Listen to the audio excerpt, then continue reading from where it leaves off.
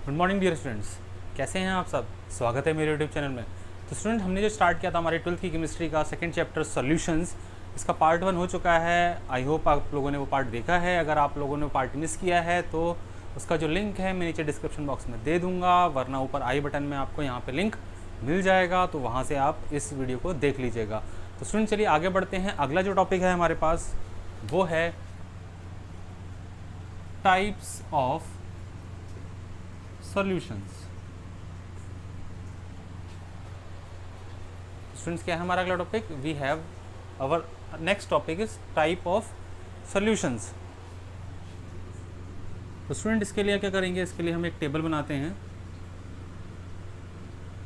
एक हो गया हमारे पास टाइप ऑफ सॉल्यूशन, एक हो गया आपके पास solute, then we have solvent, then we have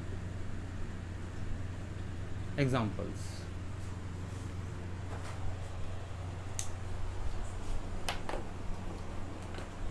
तो स्टूडेंट्स इसकी स्टार्ट करते हैं। तो पहला सॉल्यूशन ले लेते हैं हम लोग टाइप ऑफ सॉल्यूशन में, लाइक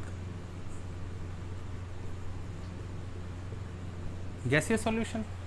अब स्टूडेंट अगर आपको पिछला लेक्चर याद हो तो हमने जो सॉल्यूशन का थोड़ा बहुत ब्रीफ डिस्कशन करी थी, वहाँ पे मैंने आपको ये बताया था कि सॉल्यूट और सॉल्वेंट क्या होता है। बेसिकली सॉल्यूट जो है वो आपका किसी भी सॉल्यूशन में जो भी कंपोनेंट, जो भी सब्सटेंस कम क्वांटिटी प्रेजेंट होगा, the substance which is present in lesser quantity is known as solute, the substance which is present in larger quantity is known as solvent. ये हमने देखा था। तो स्टूडेंट इसमें जो बात ध्यान रखने वाली है वो ये कि अगर हम सॉल्यूशन की बात कर रहे हैं, लाइक हमारे पास अगर गैसियस सॉल्यूशन है, तो सबसे पहली बात जो हमें समझ में आनी चाहिए वो ये कि यहाँ पे जो सॉल्वेंट की फिजिकल स्टेट होगी वो क्या होगी, दैट विल बी गैसियस।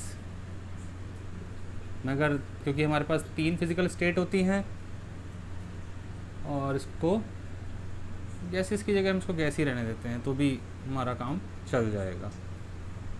तो student like we have our physical state of solvent as gas because we have taken us gaseous solution and we are discussing about gaseous solutions. So student, first of all, if we take a solute as a gas, then we get a mixture of a gas and a gas. Means जब हम gas और gas को मिलाएंगे तो हमारा जो solution बनेगा वो गैसियस सॉल्यूशन बनेगा। और इसका एग्जांपल क्या हो जाएगा? सबसे कॉमन एग्जांपल इसका mixture of O2 and N2। Mixture of oxygen और नाइट्रोजन दोनों गैसेज हैं। दैट मीन्स जो सॉल्यूट और सॉल्वेंट आप डिफरेंशिएट क्या करेंगे, कैसे डिफरेंशिएट करेंगे हम कि हमारा सॉल्यूट क्या सॉल्वेंट का? तो स्टूडेंट बहुत सिंपल है, जो चीज़ कम क्वांटिटी में है वो सॉल्यूट है, जो ज़्यादा क्वांटिटी में है वो हमारा सॉल्वेंट है। तो अगला जो है हमारे पास सॉल्यूट की फिजिकल स्टेट लिक्विड ले ली हमने। लिक्विड को हम क्या कर रहे हैं, गैस में डिसॉल्व।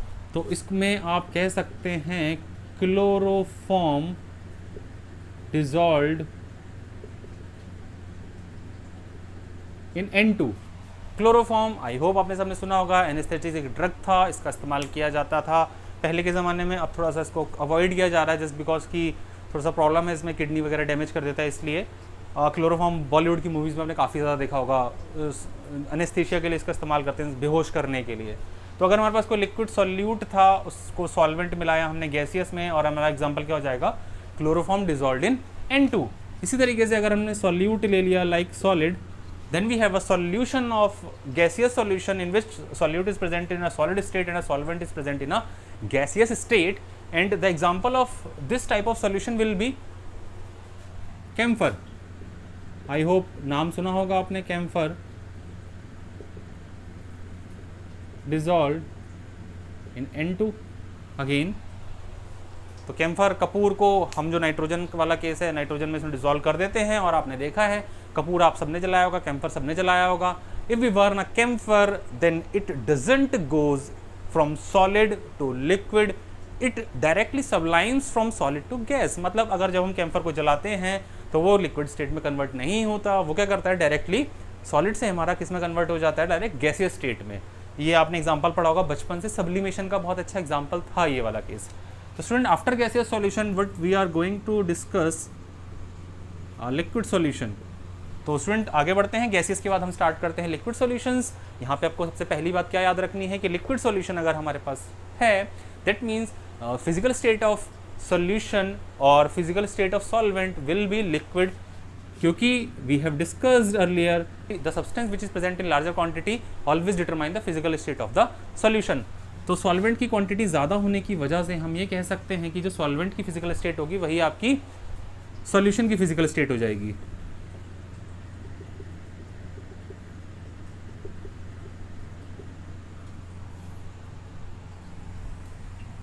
तो ये हमारे लिक्विड एग्जांपल वाले केस हमने ले लिए, 3 डिस्कस कर लिए जहाँ पे लिक्विड लिक्विड होगा।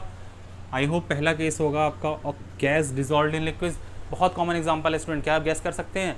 जी हाँ, इसके बहुत सारे केस हो सकते हैं। लाइक आपका जो CO2 डिजॉल्व होती है आपकी वेब वाटर में, कार्बोनेटेड जो ड्रिंक्स आती हैं वो, या फिर आप कह सकते हैं O2 डिजॉल्व इन H2O। पानी में जो ऑक्सीजन डिजॉल्व होती है बहुत इंपॉर्टेंट होती है स्टूडेंट्स, आगे हम पढ़ेंगे। एक्वेटिक लाइफ की सर्वाइवल के लिए बहुत ज़्यादा इंपॉर्टेंट है ये। दूसरा mixture liquid dissolved in liquid. अगर हम लिक्विड और लिक्विड का मिक्सचर मिलाएंगे तो क्या होगा कि मान लीजिए हमारे पास एक लिक्विड है लाइक इथेनॉल, दारू, एल्कोहल, डिजॉल्व्ड इन H2O। बहुत अच्छा एक प्रोपोर्शन मिलाते हैं, काफ़ी मिसिबल होते हैं इस तरीके से। दूसरा होने के बाद तीसरा है हमारे पास जब हम किसी सॉलिड को लिक्विड में मिलाएंगे। इसका एग्जांपल क्या हो जाएगा स्टूडेंट्स? इसका एग्जांपल हो जाएगा आपका ग्लूकोज डिजॉल्व्ड इन वाटर। तो ये हमने देख लिया हमारा दूसरे type of solution. And what we have next students, I hope you knows the answer. First of all we have discussed gaseous solution, after that we have discussed liquid solution, and after that what will come? Solid solution.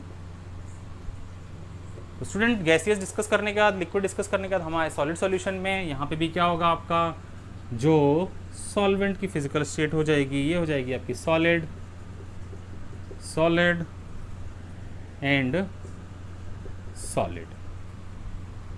तो पहले discuss कर लेते हैं gas in solid. Student बताइए, organic chemistry का बहुत important concept था 11th में, आई होप आपने पढ़ा होगा। क्या H2 डिजॉल्व्ड इन पैलेडियम, याद आया कुछ? H2 dissolve in palladium, platinum, निकल, 3 मेटल में हाइड्रोजन को डिजॉल्व करते थे। प्रोसेस क्या कहलाता था? हाइड्रोजिनेशन। अगला लिक्विड डिजॉल्व इन सॉलिड। तो स्टूडेंट किसी लिक्विड को जब हम डिजॉल्व करेंगे सॉलिड में, इसका एग्जांपल क्या हो जाएगा? Hg means mercury dissolve in sodium. ये केस बड़ा इंटरेस्टिंग होता है स्टूडेंट।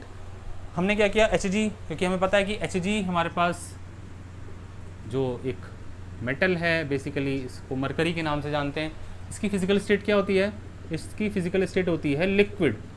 लेकिन जब आप इसका एक पर्टिकुलर नाम भी है स्टूडेंट्स, जब हम सोडियम के साथ इसको मिला रहे हैं तो इसको कहते हैं हम लोग क्या? Sodium amalgam. तो आई होप की बात आपको याद होगी कि what is amalgam? Amalgam is an alloy of 2 और बेसिकली 2 मेटल्स कह सकते हैं। What is amalgam? Amalgam is an alloy of 2 elements in which 1 metal is always need to be mercury. तो अगर एक एलिमेंट आपका मरकरी है तो दूसरा जो भी आएगा वो उसके नाम का अमलगम हो जाएगा। लाइक मैंने सोडियम के साथ मिलाया मरकरी को तो ये हो गया सोडियम अमलगम। और स्टूडेंट्स अगर मैं जिंक के साथ मान लीजिए Hg ले लेता हूँ तो इसका नाम क्या हो जाएगा? इसका नाम हो जाएगा आपका जिंक अमलगम। आई होप बात क्लियर हो गई होगी।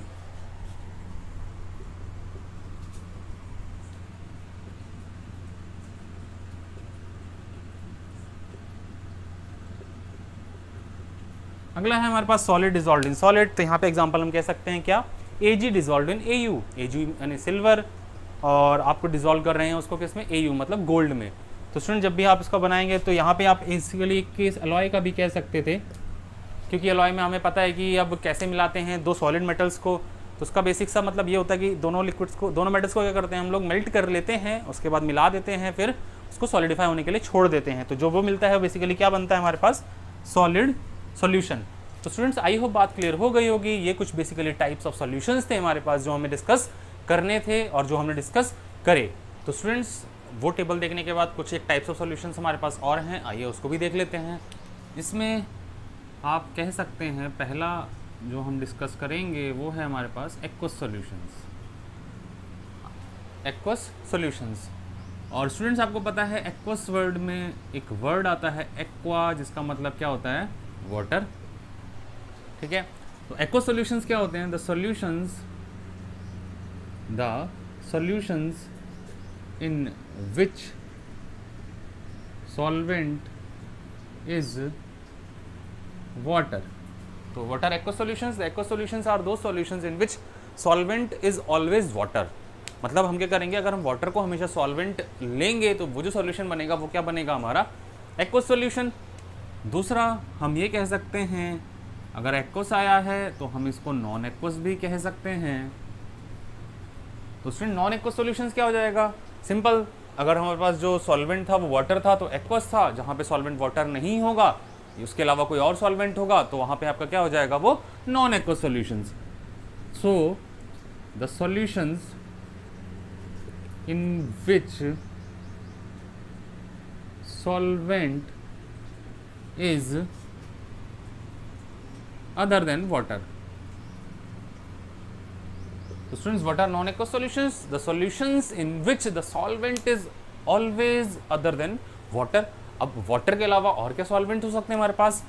तो वाटर के अलावा हमारे पास बहुत सारे सॉल्वेंट हो सकते हैं, like we can have benzene, we can have CCl4, carbon tetrachloride, carbon disulfide, etc.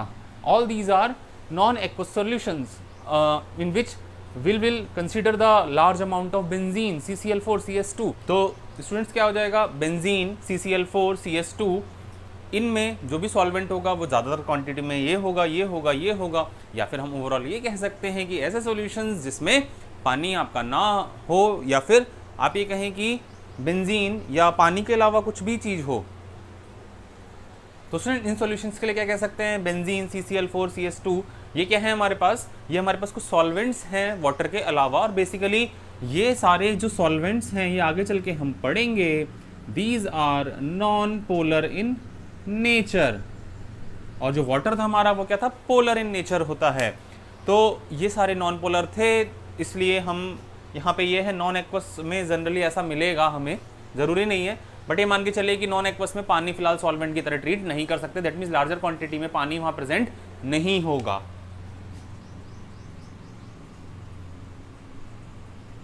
इसमें फिर बात कर सकते हैं, हमारे पास एक टाइप का सॉल्यूशन और हो सकता है, like we can have saturated solutions. What are saturated solutions? the solutions in which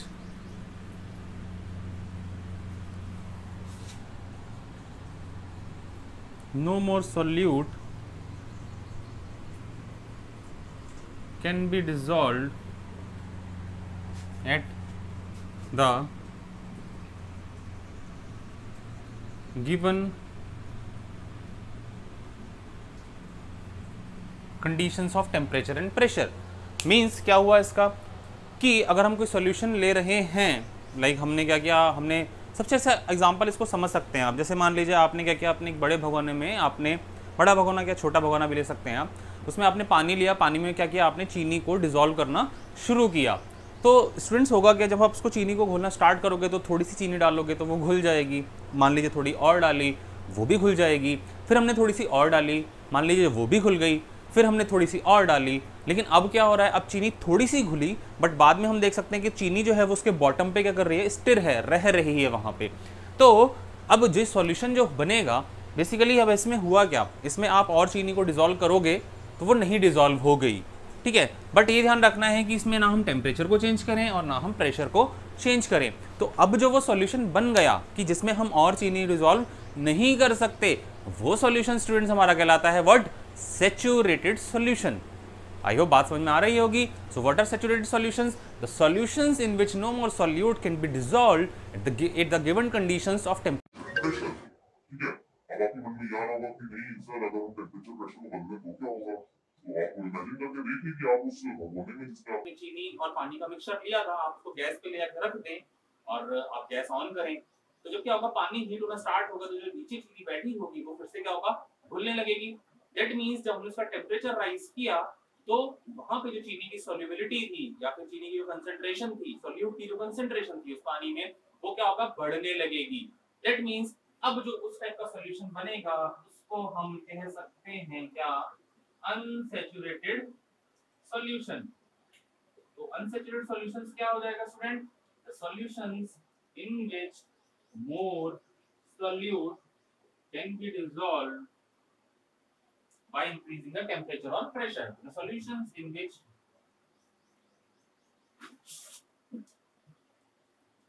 more solute can be dissolved by increasing the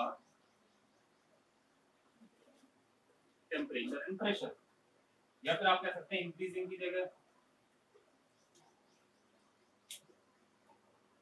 ठीक है स्टूडेंट्स, बात समझ में आ गई, by increasing the temperature and pressure. तो आई होप आपको बात समझ में आ गई होगी। तो बेसिकली हमारे चार तरीके के सॉल्यूशंस थे। पहला था एक्वस सॉल्यूशन जिसमें हमारा सॉल्वेंट जो होगा वाटर होगा, non aqueous solutions the solutions in which solvent is other than water, saturated solutions the solutions in which no more solute can be dissolved at the given conditions of temperature and pressure, unsaturated solutions क्या हो जाएगा, the solutions in which more solute can be dissolved by increasing the temperature and pressure, temperature pressure को बढ़ाएं तो वो क्या हो, और डिसॉल्व हो जाए। हालांकि प्रेशर से यहाँ पे इतना लेना देना होता नहीं है, बात यहाँ पे टेम्परेचर की ही होती है, क्योंकि जब आप लिक्विड में किसी चीज को डिसॉल्व करेंगे, जैसे चीनी हम डिसॉल्व कर रहे हैं तो चीनी पे प्रेशर का कोई रोल होता नहीं है, क्योंकि चीनी क्या है, सॉलिड है, सॉलिड पे प्रेशर का इतना ज्यादा रोल नहीं होता। लेकिन फिर भी जनरलाइज कंडीशन में मैंने टेम्परेचर प्रेशर के साथ, मतलब प्रेशर को टेम्परेचर के साथ यहाँ पे जोड़ दिया है।